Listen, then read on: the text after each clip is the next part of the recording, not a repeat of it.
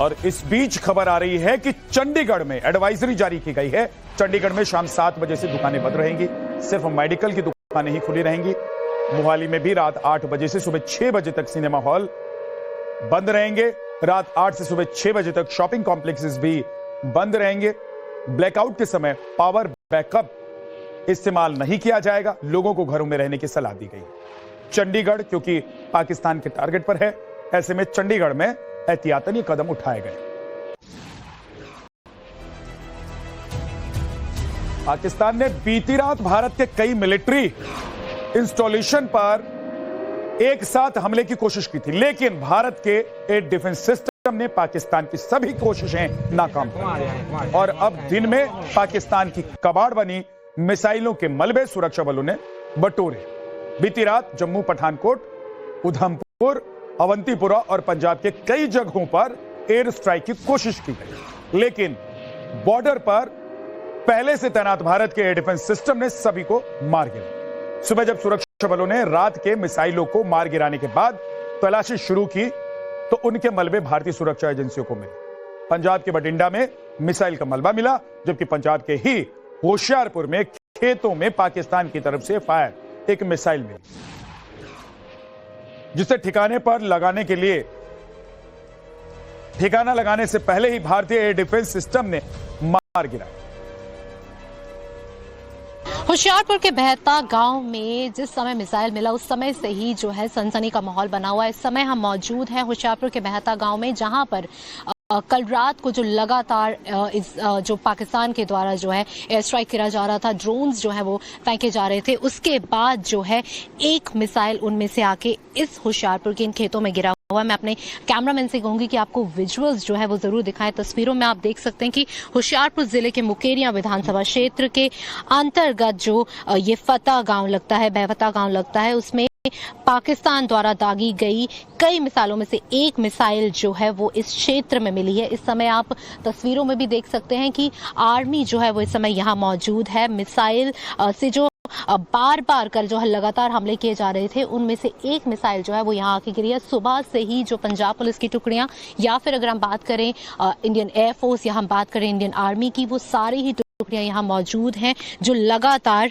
ये मिसाइल का विश्लेषण कर रही हैं कि किस तरीके से मिसाइल को जो है वो डिसमेंटल किया जाए, क्योंकि ये कहा जा रहा है कि हो सकता है कि मिसाइल अभी लाइव हो। वहीं अगर हम दूसरी ओर बात करें कि जो मिसाइल्स हैं, लगातार जो अधिकतर मिसाइल्स जो हैं उन्हें हवा में ही नष्ट कर दिया गया था। ये विशेष मिसाइल एक खेत में गिरी है, जिसके कुछ हिस्सा जो टूटकर है वो अलग भी हो चुका है। एक हिस्सा यहाँ पर है और दूसरा हिस्सा जो है वो उसके साथ में ही गिरा हुआ है। इसकी इत्तला जो है एक लोकल व्यक्ति द्वारा जो है वो दी गई।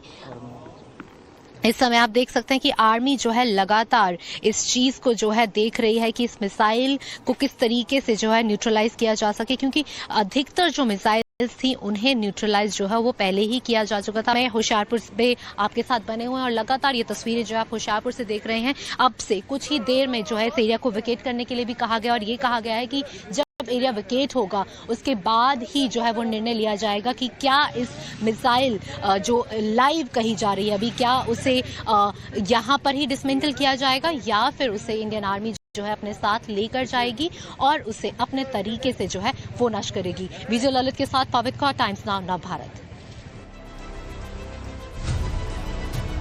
कल हुए पाकिस्तान के एयर स्ट्राइक को नाकाम करने में made in India Akash missile ने कारगर भूमिका निभाई थी।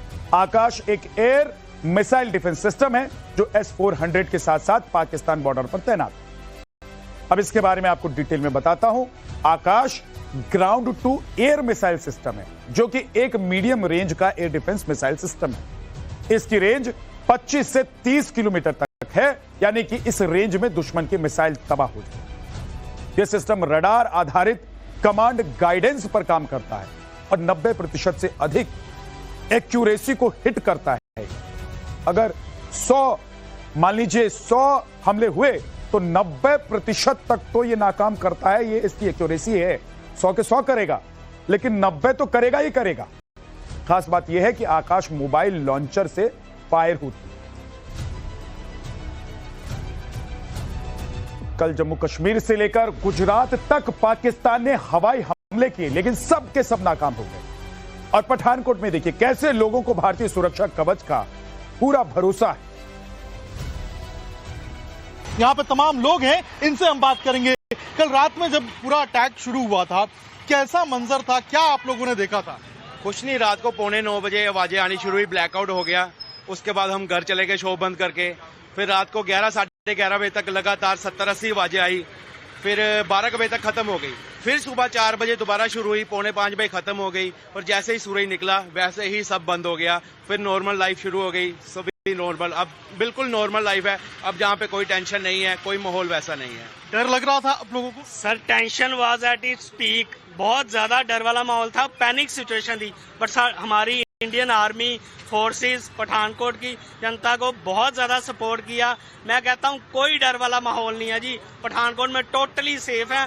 जैसे सेल्फ डिफेंस हुआ है, आज तक कभी इतना पैनिक नहीं हुए एकदम से हमने, लेकिन पूरा साथ दिया, पूरा ब्लैकआउट में दिया। मैं कहता हूँ पठानकोट में आइए, वी आर टोटली सेफ, कोई ऐसी बात नहीं। हाँ जरूर बहुत ज्यादा शेलिंग हुई है, डर वाला, बच्चे डर रहे थे, बट हमने उनको दिलासा दिलाया, उनको पूरा हौसला दिया कि हमारी आर्मी हमें जरूर सेफ करेगी, ऐसा कोई माहौल नहीं है। हम तो कहेंगे पठानकोट में कोई वैसी सिचुएशन नहीं, तो जरूर पठानकोट आइए, कोई वैसा पंगा नहीं होने वाला। जय हिंद, जय भारत। जय हिंद, जय भारत।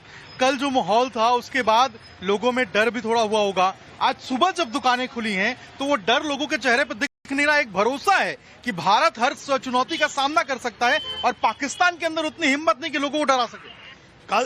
कल से पहले हमारे दिमाग में हर चीज का डर था पड़ा हुआ। हम तो पठानकोट से बाहर जाने की सोच रहे थे, हिमाचल में जाएंगे, हिमाचल में रहेंगे। लेकिन कल रात को जब ऊपर जितने भी ड्रोन वगैरह चले हैं उनको पूरा 400 वालों ने अटैक खत्म कर दिए, तो हमारे से डर खत्म हो गया। हम सुबह अपनी दुकानों पे पूरे टाइम पे आ गए हैं और शाम को अपने घर पे चले जाएंगे आराम से। अब वो डर नहीं रहा, डर खत्म हो गया। जो कल से पहले था वो डर हमारा खत्म हो गया। उन लोगों को कुछ